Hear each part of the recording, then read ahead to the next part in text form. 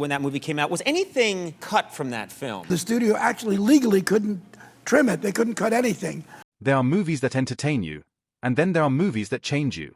Blazing Saddles, released in February of 1974, falls firmly into the second category.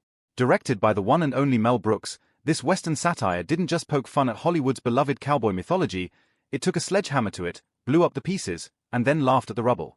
50 years later, it remains one of the most daring, most quoted, and most studied comedies ever put on film.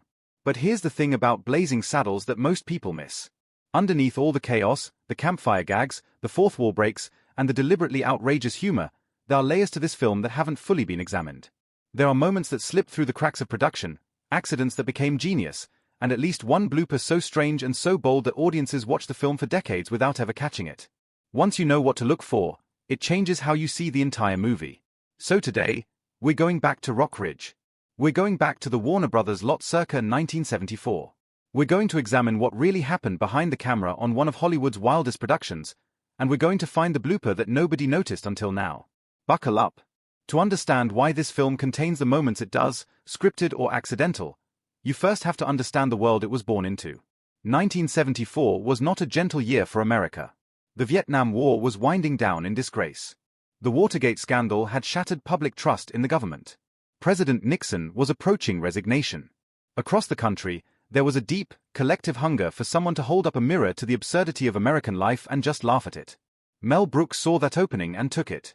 Blazing Saddles was not really a Western. It was a movie about America using the Western as a costume. The plot, on the surface, is simple enough. A corrupt politician schemes to drive settlers out of the small town of Rock Ridge by appointing a black sheriff, fully expecting the townspeople to react with outrage and abandon their homes. What he doesn't expect is that Sheriff Bart, played with brilliant deadpan precision by Cleavon Little, will outthink, outmaneuver, and ultimately outlast every obstacle thrown at him. But Brooks wasn't just telling a story. He was deconstructing one. Hollywood Westerns had spent decades constructing a mythology of the American frontier built almost entirely around white heroism. Indigenous peoples were portrayed as threats rather than people. Black characters were largely absent or marginalized. Women existed to be rescued. The cowboy was always stoic, clean, morally uncomplicated, and white. Blazing Saddles burned all of that down and salted the earth. It put a black man at the center of a genre that had excluded him. It made the racist townspeople the buffoons rather than the heroes. It used laughter not to soften the blow of racial commentary but to sharpen it. Every joke in the film has a target, and the target is almost never who you'd expect from a 1970s Hollywood production. That's what gave the film its electricity. Audiences weren't sure whether they were allowed to laugh. And then they laughed harder than they had at anything in years. Before we get to the blooper that slipped past everyone for decades, we need to talk about the scene that announced, loudly and clearly, what kind of film Blazing Saddles intended to be. The campfire bean-eating scene is probably the most infamous single moment in the movie. A group of cowboys sit around a fire eating beans, and one by one, they begin audibly passing gas. Then another. Then another. Within seconds, the entire camp is a symphony of flatulence, and the audience is either appalled or in tears, sometimes both simultaneously.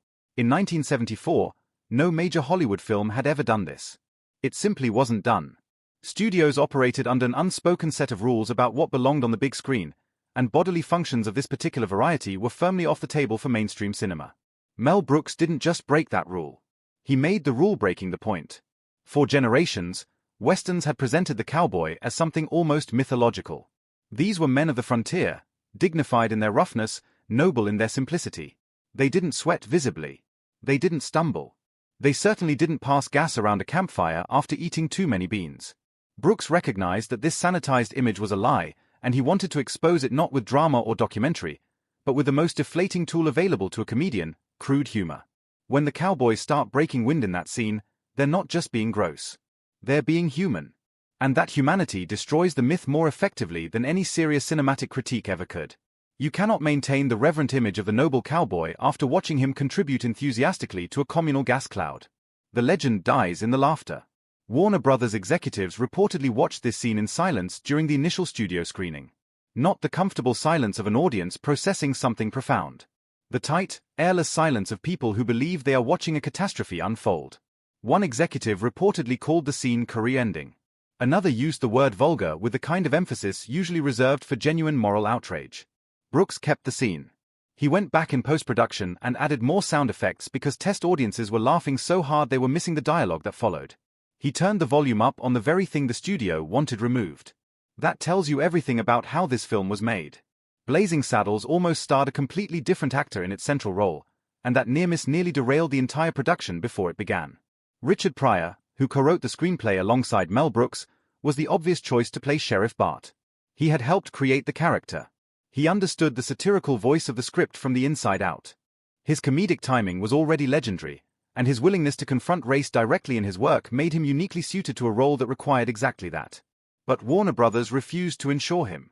Pryor had a documented history of substance use, including a recent arrest, and the studio classified him as too great a financial risk to place at the center of a major production. Without insurance, no professional film shoot could legally employ him in a starring role. Pryor remained on the project as a writer, but the part went to someone else. That someone else turned out to be Cleavon Little, a Broadway-trained actor who brought an entirely different energy to the character.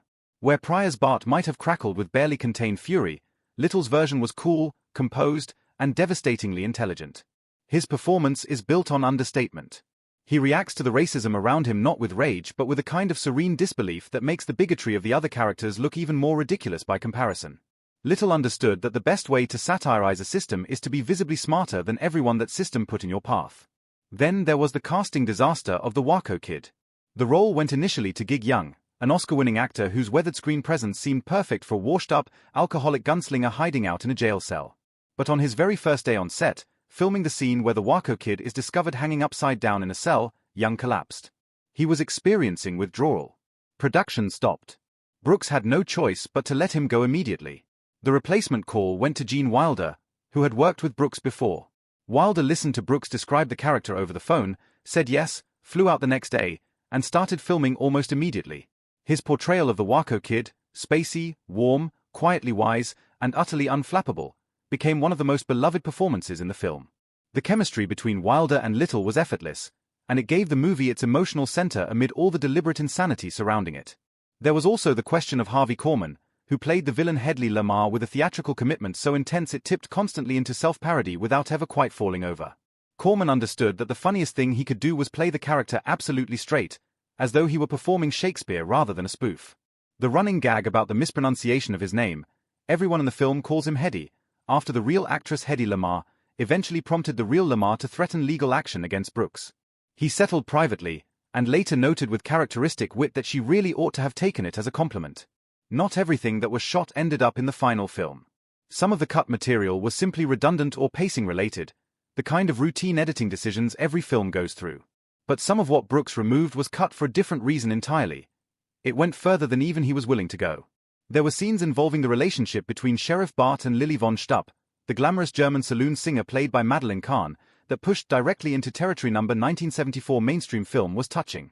Some of this material involved explicit dialogue that confronted racial stereotypes head-on and then subverted them through comedy. The jokes were constructed carefully. The punchline was always designed to deflate the stereotype rather than reinforce it. But Brooks became concerned that the execution was getting ahead of the audience's ability to follow the satirical intent. The fear wasn't that the material was wrong, exactly. The fear was that it would be misread.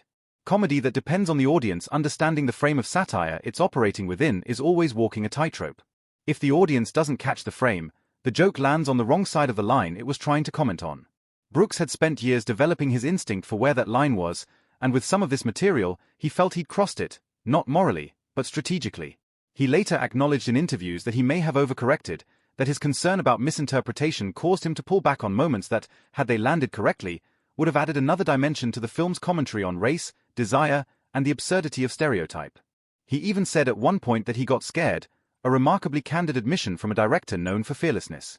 What this reveals is that Blazing Saddles, even in its released form, represents a compromise between the film Brooks wanted to make and the film he calculated could be understood. The gap between those two versions is itself a kind of commentary on the limits of satire, on the ways in which the very audiences a satirist needs to reach can also constrain what the satirist is able to say. Madeline Kahn, incidentally, improvised some of her most memorable moments on set.